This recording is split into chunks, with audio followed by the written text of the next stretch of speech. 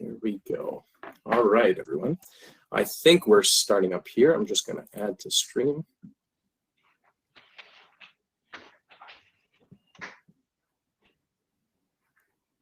All right. Give another minute or so for people to join in. And maybe just before we start, if everyone wants to go into the live chat, on the bottom right, there's that little smiley face which has the emojis. If you guys want to pop in the emojis that best represents your mood for today, I'll know that you guys can hear and see my screen. Maybe add a little bit of fun before we start our third session of TMF week.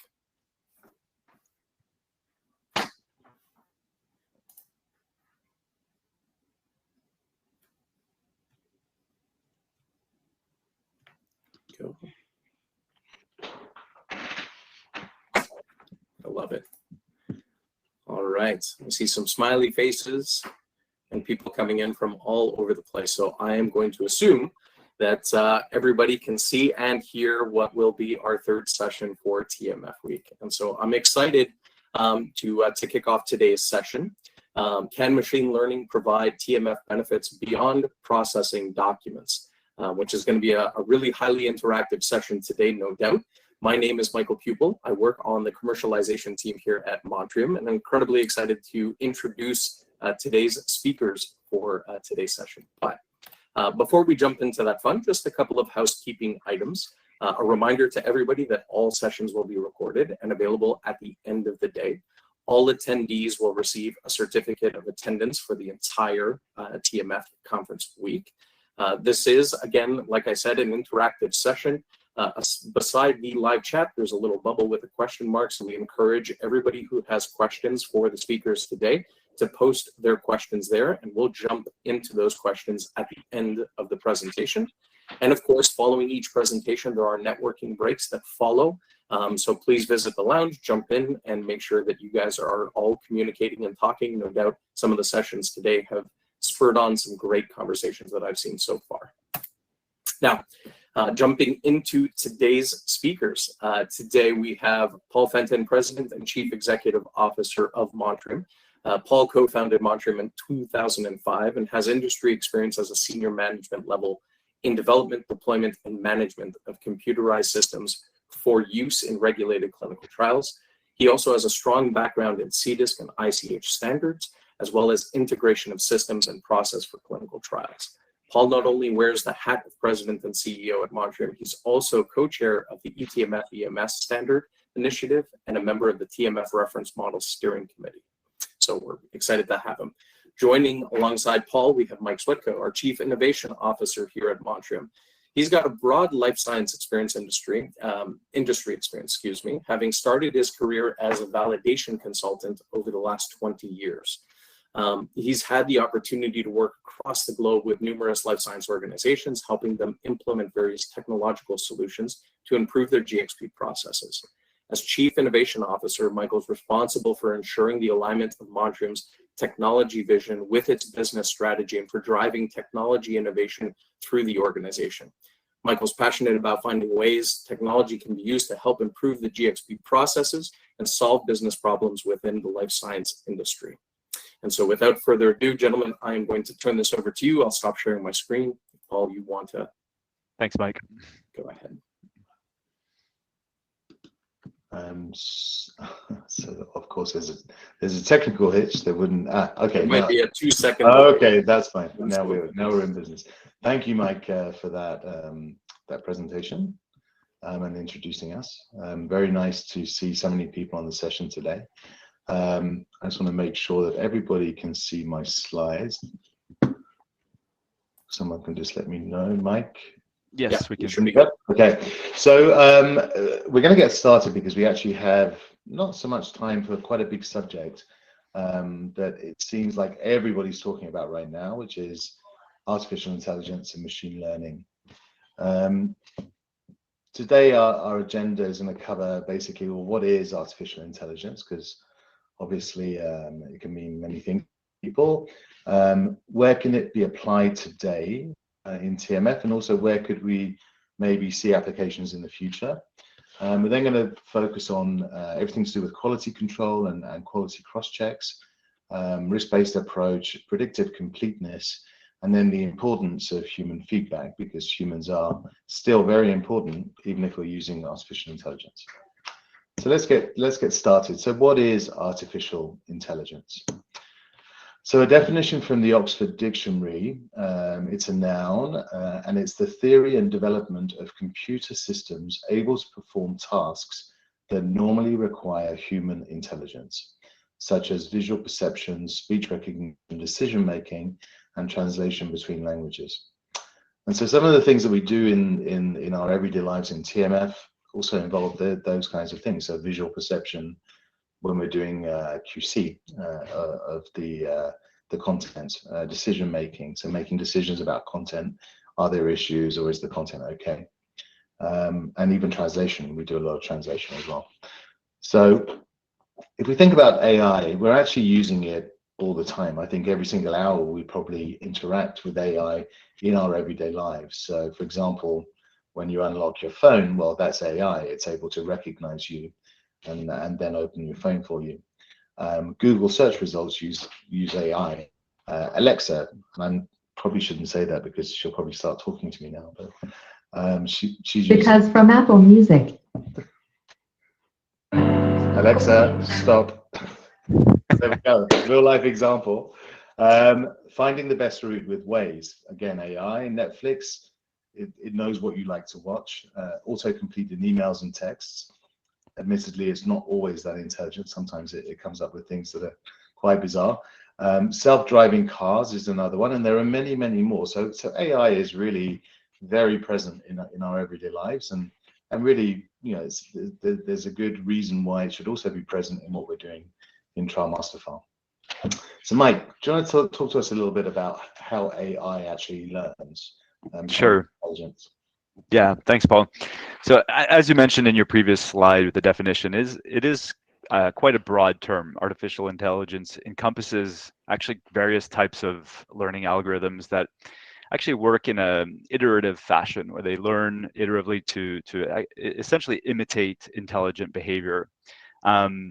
And there are two essential components of that, and one of those is having large amounts of data, huge data sets, and the other is a very high amount of computing power, both of which have become very prevalent now with the advent of cloud computing, and obviously with all the data that we have on the internet. So that's really the reason why we've seen AI take off, I'd say, in the last 10, 15 years. It's been around, as you mentioned, for quite a while, but it really only became prevalent, I would say, in the last 10, 15 years.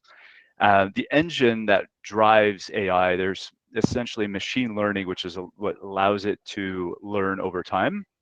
And this is essentially the ability to derive rules or patterns without explicitly programming those rules or patterns into the program. So it's able to identify what the correct outcome is based on two methods, which are essentially supervised learning, where it's provided with a set of correct answers, and over time it figures out how to go about and obtain that correct answer. The other is unsupervised learning. In this case, what it's doing is it's actually looking at clusters of information to find similar things and patterns. It's also looking at reinforcement behavior or learning, where it's using trial and error essentially to come up with the correct path to derive the answer. Within machine learning, we actually have deep learning algorithms as well, which is considered a subset. And these tend to transform data over a series of steps, which are also known as layers. For example, as you mentioned in computer vision, initially what we have is an initial transformation of a picture that essentially looks at the edges, tries to find boundaries of different brightness within the picture. And that then facilitates the subsequent steps where it's identifying shapes within the picture. And that's really how it goes about identifying things like, you know, your pet, your dog, or different items within a picture. It's able essentially to identify what that pattern is over time. So those are really the key components of what's driving AI. Thanks, Mike. So that was quite technical, Yeah. because AI is technical, right? It's machine. But we're going to talk now practically. Well, how can we leverage this kind of technology in eTMF? So we've identified 5 different areas where we feel that AI could play a role, and we've identified 2 that we're actually already working on, and a lot of our competitors are also working on these areas. And so this is today, and then we've also got things that we've identified for tomorrow. So things that we will be working on in the future, which we'll at some point be able to release. So today it's primarily indexing. That's really the biggest use case where we're actually identifying documents and then doing metadata extraction from those documents. And that's really one of the big game changers, because it really takes away a lot of the manual work that we've traditionally done in TMF. And then the second area is document quality checks, which are also it can be quite labor intensive, and so it's a key area for us to leverage AI. In the future, we're thinking about things like anomaly detections when we're doing cross checks, risk management, and then predictive TMF completeness. So being able to predict what we think we should have in the TMF based on what we're seeing from the past. So let's start by talking about quality. So quality, we spend a lot of time looking at the quality of our TMF, because obviously it's really important that it is of sufficient quality and is able to tell a complete and accurate story of what happened in the study. And so we're looking at things across all artifacts, like, is it TMF relevant? Does it meet the requirements of Alcoa++, which is obviously a really important aspect of document management and records management. Is it correctly indexed and filed? Is it a duplicate or not? Is it adequately versioned? Is it readily retrievable? And do we have a complete audit trail, an activity log available for inspection? And so these are typically the things that we're looking at for TMF quality. And TMF quality is managed in 2 different steps, really. There's the initial QC, and then there's a periodic review that often happens. The initial QC is really done either when we're migrating content into the TMF or when people are uploading content into the TMF. And here we're doing individual checks, artifact by artifact. So it's not across artifacts. And the focus of these initial QC checks are Alcoa++, so attributable, legible, contemporaneous, original, accurate, and then a whole bunch of other things now that we've added to that. We're checking for duplicates, we're checking for TMF relevance, and we're also looking for any sort of indexing issues that may have occurred. And the outcome of this, if there are issues, queries, which then get resolved, and then we track where we're at with our QC through metrics. Periodic review, this is where we're looking for anomalies across artifacts within the TMF. So we're looking for indexing issues, any logical issues, so things that just don't make sense or that are out of sequence, any missing information that we require to tell them. And then we're also looking at the content itself, right, to make sure that the content makes sense based on how we've identified that artifact. And in both of these areas, AI can help us. The challenges that we have today without using AI for QC and cross-checks, it's very time consuming, it's very error prone, metadata capture is limited, and that's really key. So today, when we manually enter metadata, we don't really have a lot of it because it's just too labor intensive to do it. Misfiling issues can cause all sorts of problems when we're doing cross-checks, and then duplicates are quite difficult to detect. So how can artificial intelligence help? Mike, do you want to talk to us a little bit about some of the things that we've been doing with the National Research Council of Canada to sort of address some of these issues? Yeah, absolutely. So as you mentioned, we've essentially created a proof of concept to see how AI can help us in different aspects of what we would be doing in the context of the clinical trial activities. And so here what we did was we grouped them into 3 main categories. So The first category, which we spoke about in depth in a previous webinar, is all about document indexing. And what that is essentially being able to identify the content that's being brought into the clinical trial in an automated fashion. So bulk migration is one way of bringing in documentation, which is essentially large sets of documents, usually at the very beginning of a study, or if we're migrating from a different system, that all need to be placed in a specific location within the TMF.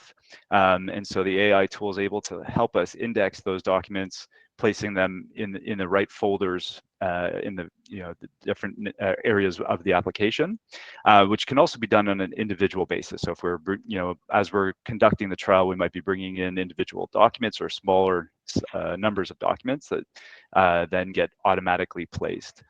The system would also be able to provide categorization. So it's telling us, okay, it thinks it's a document that belongs in this process zone.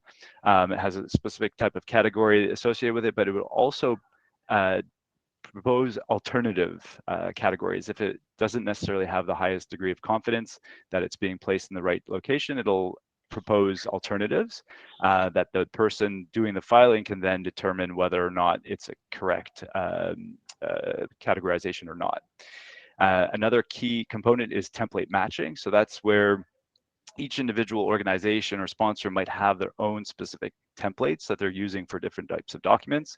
And then we've seen that with template matching, we can actually increase the confidence when it comes to identifying the types of documents. So it gets trained on specific templates. And then over time, as it sees those types of documents coming in, it'll very accurately be able to determine the type of document that it is, and then the corresponding category and the location that it belongs. The other group of advantages or capabilities that we're seeing with AI is as you mentioned, the quality checks. And so this is really being done on individual documents where we can detect if things are missing, like missing signatures or dates within a document, or if there's missing pages, things that are not correctly formatted. It's really able to look at a whole host of different things that might represent a quality issue with a document, and then flag that to an individual so that they can then take corrective actions. And then the third category is the document relationship identification. So this is really where things start to get a bit more complex. So once we've been able to extract the metadata from the document, we can then determine the relationships between the various documents and understand whether certain documents are missing, if we're expecting them to be brought in when another document is brought in. So that's where the document connectedness and the process, the eTMF process really comes into play, and in allowing us to understand the different clusters of documents that should be brought into the system. And so this is where the overarching completeness of the eTMF can be determined and help manage with the AI tool. So this is an example that we've actually detected with the algorithm, where we fed it some documents that then it was trying to extract the metadata. So one of the key concepts here is the notion of a key value pair. So you can think of that as if you have a form, you have a label for the field, and then the actual value of that field. Those two things combined are considered a key value pair. So here you have some examples where we have the name of the individual, the email address. In this case, this is a medical license, so we have an issue date, we have a license number, expiration date, things like that might be useful for us to then extract and expose outside of the document, to allow us to do things like searching or filtering, or just to understand where this document belongs. So this is really the key component where we're able to then make decisions based on the metadata that we're being able to extract from the different types of documents. So there's, in my opinion, a huge benefit in being able to use AI, like Mike was showing, to identify values within a document and then extract them as metadata. And it really makes a huge impact on our ability to manage the TMF without having to open a whole bunch of different documents, which is typically what we do today. So it's not just about filing, but it's also about telling a better story. And we can use this metadata in many different ways, which we'll see as we go through the rest of the presentation today. The other thing that's interesting is we can start to cross-reference things a lot more. So being able to attach artifacts to individuals or sites or countries based on the content of the document itself. So if you had, say, an IRB approval for 10 out of 15 sites within the country, you can create a link between each of the different sites that are cited in that approval document, so that when you go to look at that site, you'll see the document in question, which is it's quite a big advantage. It reduces manual entry significantly, so that people can actually focus on more value-added activities. It also reduces data entry errors and significantly improves our ability to perform cross-checks. Now, there are challenges. If we misidentify values, it could result in misfiling, which is always a challenge. There could be competing values for the same field. So approval date appears several times in the document. Which one do you choose?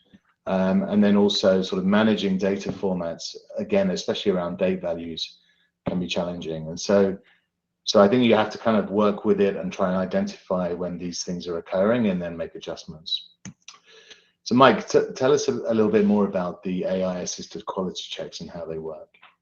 Sure. Yeah. So here we have a couple of examples where, as I mentioned before, the capability to identify missing information. So if we're expecting there, for instance, to be a signature, the tool is able to detect a location where it's expecting a signature and then see that in fact there is no signature present. So that can be then alerted, sent as an alert to an individual who's responsible for that document and going out and obtaining that signature.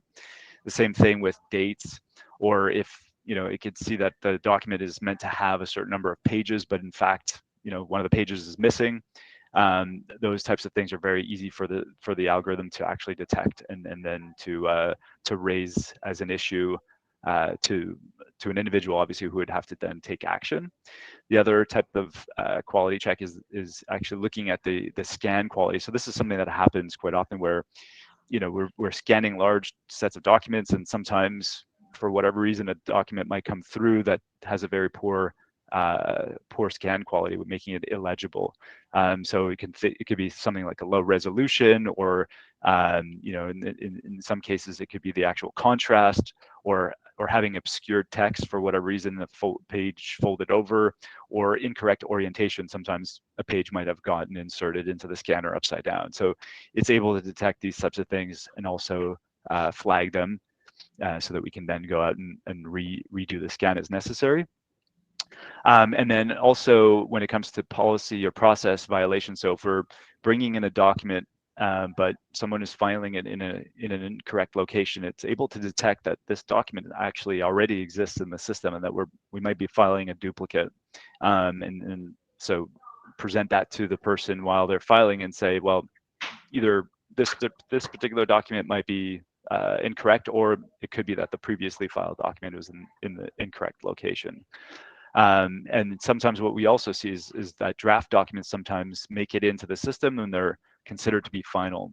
And so the system is actually able to identify if a document still has comments or track changes within it, and present that also to the individual to let them know that in fact there might be a document that's not quite finalized. And also identify when a document contains personally identifiable information when it should not. So these are all things that are, we see quite often as potential issues that again, with AI, we're able to support the individuals performing these activities to help them focus their attention where it needs to be. So the benefits of having AI-assisted QC is that we can actually do a lot more than we would normally be able to do with just manual human checks. So we can do a much higher volume of verification. Queries that would be generated automatically or in real time if documents that are being uploaded don't pass the test, and that's quite a big benefit as well, because we're alerting whoever is providing that document very quickly that there's an issue, and it's a lot easier to resolve that usually if we're able to do that quickly. The TMF management team can really focus a lot more on the periodic reviews and some of the other value-added activities that they can provide, and not sort of be bogged down with these very sort of fairly straightforward manual QC checks. And also we can of course run all these checks in batch when we're migrating content into the TMF, and we can continuously run them. So as things evolve, you know, we can continuously check the health of the artifacts that we have. Mike, do you want to talk to us a little bit about some of the other checks that we can do really based on the content rather than just the basic QC? Sure. Yeah, this is actually an example that we saw where we had some benefit with the fact that we were able to apply the AI algorithm to multiple studies and then detect differences in behavior between those studies. So in this particular example, we saw that there was a high degree of confidence when detecting whether the document was a 1572 form from the FDA. And that makes sense because those are very standard forms that are very specific. They have a template that's pretty much always used and downloaded from the FDA website. So that's why we saw a confidence score of 100% in two of the studies, but then it dropped significantly in another study. And so this alerted us to then look and see what was going on there. In fact, what we saw was that these documents or these forms that were being filed were not in fact 100%. They're not 1572s. They were used. The documents were based on a similar template, but in fact they were for non-US sites. They were for European sites, and so in essence it was a similar form but not 100% aligned to the 1572, and it shouldn't have been considered a 1572 form. So that's where, you know, having that oversight we were able to detect that. And in fact, those were meant to have been classified as site and staff qualification supporting information instead of a 1572 form. So it's really interesting that we were able to detect an anomaly like that when looking at you know, results and confidence across various studies. I think this is a really interesting example because it really shows that the more we train the algorithms and the more studies we put through the system, the more intelligent it becomes. And this is really key, I think, to the next thing that we're going to talk about, which is cross checks. Because cross checks today are, you know, a lot of our time is spent doing these periodic reviews and cross checking to make sure that everything together makes sense. And it's quite a challenging activity because there are so many different things we need to be thinking about. But with AI tools such as automated metadata extraction, and even some of the things that Mike was just talking about, so looking at sort of historical data and information, we can start to automate cross checks. And basically the way that this works is AI is using a combination of predefined rules. So if you think about data management, we develop edit checks where we're looking for things like ranges or sequences of information. So those predefined rules it's not really the AI, they're actually just programmed rules. But then we use the AI to do pattern detection. So as we saw with the case of the 1572, it was looking at all of the different documents that it thought was a 1572 across all studies, and it detected that there's something that's not quite right with this particular study. So it detected an incorrect pattern when it came to 1572s. And so by using those two things, we can actually start to automate cross checks a lot more. Examples of these cross checks, for example, if you had a protocol amendment which required you to update the CRF as well, you would submit that to ethics for approval, right? You need to get ethics approval for those two things. And it could be that your ethics submission letter that you sent with those two things does not match the approval letter. So the approval letter is approving something, but not quite what you sent them. It was maybe a different version of the CRF or a different version of the protocol amendment. Another example would be if you had a drug shipment order that has a different order number to the drug shipment receipt acknowledgement. So this is where the metadata extraction is important, because we need to be able to go and find the order number for both of those artifacts, and if they don't match, we've got a problem. Another could be that the system's looking across all sites to make sure that we have a Dear Investigator letter for a specific safety event, and we discover there's actually one site that doesn't have that in the system. So maybe it wasn't uploaded, or maybe it wasn't generated. But these are the kinds of things that we can do programmatically using predefined rules and AI. What's important is obviously the AI can detect these things, but then it also requires human feedback to improve its ability to detect anomalies over time. Now, the advantages of doing something like this is that we can systematically perform these automated cross-checks on all artifacts, and as much as we like. So it doesn't even need to be periodic, and it can just be done all the time, which means, again, we get the benefit of detecting issues earlier and hopefully being able to resolve those issues more efficiently and more quickly. It also means that we can significantly increase our oversight and improve inspection readiness. Now, there can be downsides. Obviously, if you're running a lot of checks all of the time, you could also generate a whole bunch of queries, which you also need to manage. So it's really important that not only are we doing verifications to make sure that the AI is detecting what it should be detecting and is not generating false positives, but also we maybe want to have a process where we use confidence scores. So if we have very low confidence that the anomaly that the AI has detected is truly an anomaly, or maybe we don't raise a query straight away, maybe that goes into a different queue where someone can actually look at it from the TMF team and make sure that it makes sense. We should also, of course, use a risk-based approach. The final area, actually not the penultimate area that I think that we could use AI in, is everything to do with predictive completeness. Today, completeness is very challenging because you need to know about what's going on in the clinical trial to truly be able to predict what information we should have. Now, part of the solution to this is having more of a process model approach where we can already cluster information and create relationships between artifacts in advance.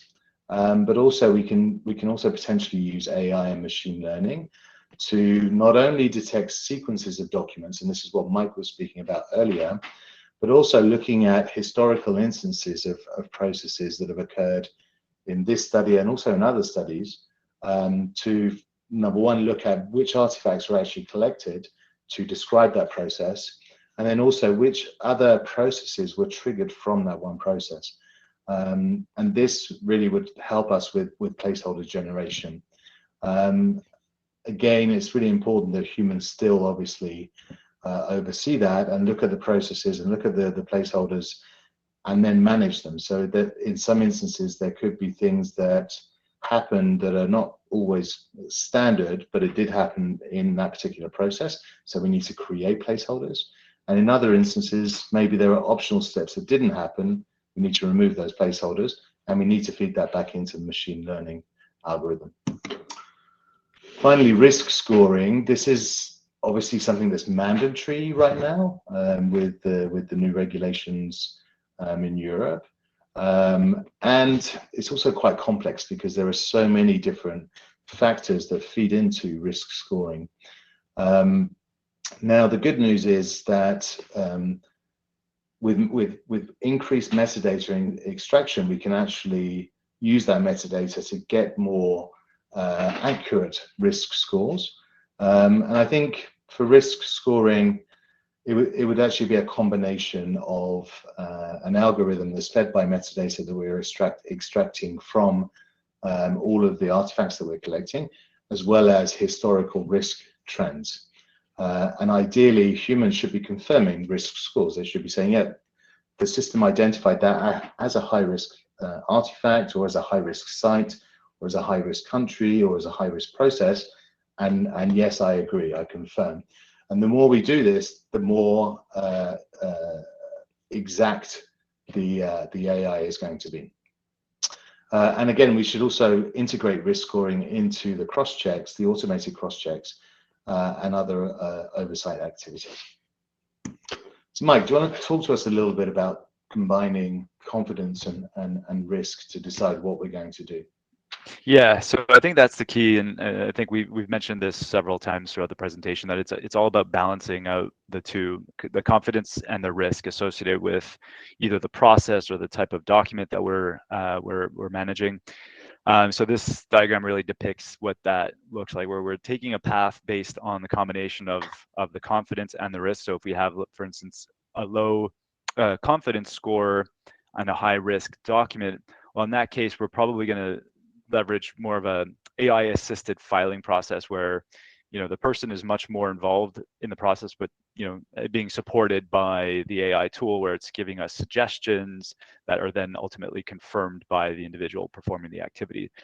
On the other side, we have if we have a very high confidence result from the AI tool and a relatively low risk process or document, that's a scenario where we could potentially leverage a fully automated process where the system is taking the decision and, you know, in this case, potentially filing a document in the location that it thinks it should be.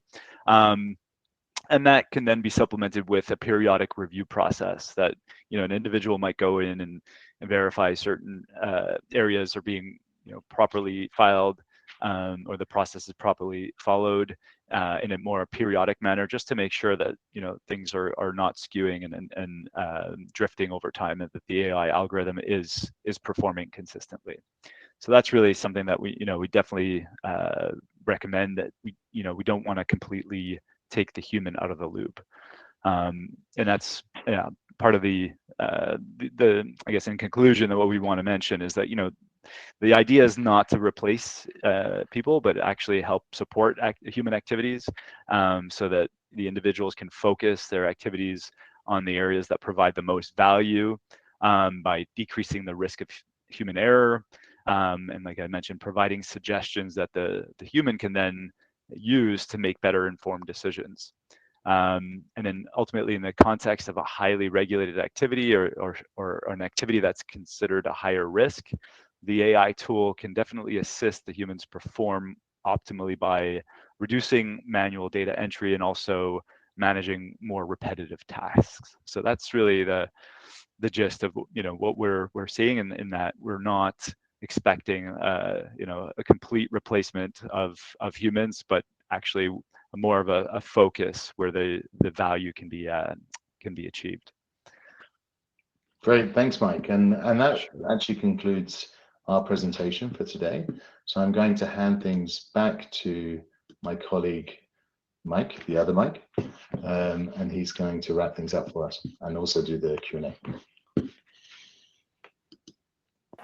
Absolutely, as I fumble around here with the mute button as usual. So thank you, Paul and Mike. That's a really interesting session, and we do have a number of questions, and we've 6 minutes to kind of cover through these. So just going through some of the ones that were uploaded, and probably along the lines of that example, Mike, that you gave for the 1572. So Mike or Paul, whoever would like to tackle this one, there's a question from Mary Jane. I would imagine new method of processing documents, AI, ML, would work much smoother if documents being processed are similar in structure, parentheses, templates. Will this be the case?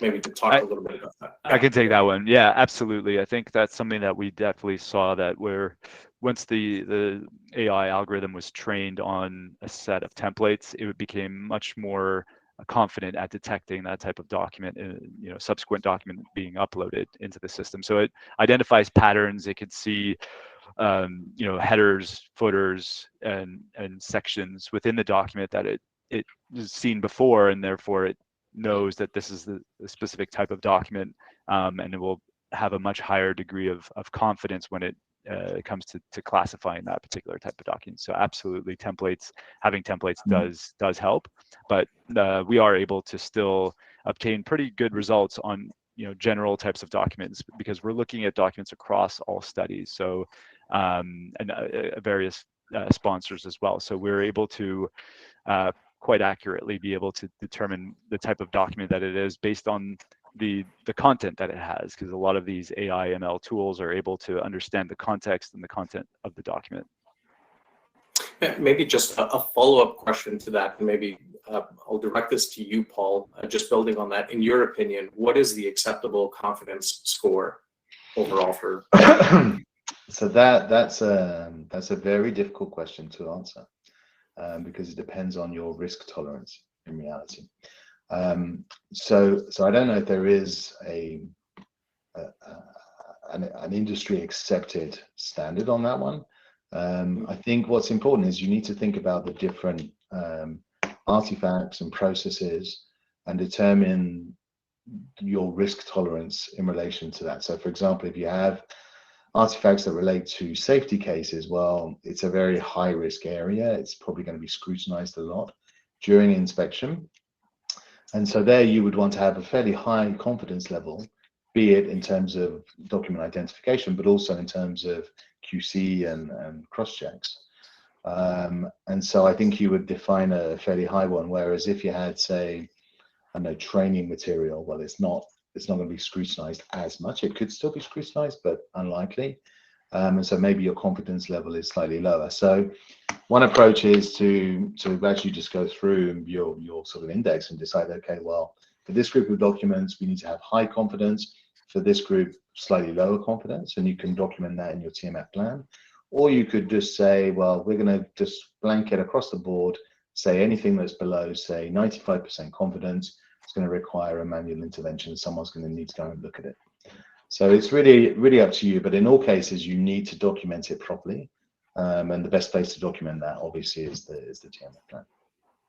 Yeah, maybe before we transition, one last one, because I know that there's a number of questions. And by the way, everybody, we will be responding back to these questions. Unfortunately, we can't get to all of them. But Mike, maybe I'll throw one last one at you for the next 60 seconds or so, because there are a number of questions that are talking about the regulatory impact. So what is the regulatory impact of using AI? I'm not sure if I can cover that in 60 seconds, but I'll try. So the short answer is that currently there are no official regulations that govern the use of AI tools in the context of GXP activities. There are some discussion papers that have been published by the FDA, for instance, which is more to obtain feedback from the industry. This was done in the context of software being used as a medical device. And there are also different coalitions of regulatory authorities that are kind of trying to put out, I guess, feelers to the industry to understand how it's currently being used and set out recommendations for handling it. But as of yet, there are no official regulations. So even industry bodies such as the ISPE, they've started publishing some guidance, some articles that talk about using AI in the context of GXP activities, but still it's quite new. And so, as with most technology being used in life sciences, I think the best practice is obviously following a risk-based approach, like we've been talking about. So obviously we still need to perform validation and have a good understanding of how these tools will be governed. So implementing processes whereby we can monitor them, making sure that they are working as intended, in a way similar that you would, if you had an individual performing activities, you might monitor that individual's performance over time, and if there was to be an issue, you might say, well, we need to initiate a retraining or change a process. So it would be a similar concept, I think, with AI tools, right, where monitoring and having a good governance policy around them would be the way to essentially ensure that they're performing as expected. Amazing. Thank you again, Paul and Mike. We'll transition now. We've got, we're running right at time for 11:45. Please do not miss the next session, which is improving efficiency and timeliness of the TMF filing. This is an eTMF product showcase with two of our own, Lindsay Kerwin and Chris Saint-Amour. I want to thank everybody for their participation today. Thank you to the speakers, and look forward to seeing you guys all on the next one. Thank you, everyone. Thanks, Michael, for hosting. Great job. Thank you, everybody. Thank you. Bye, everyone. Bye.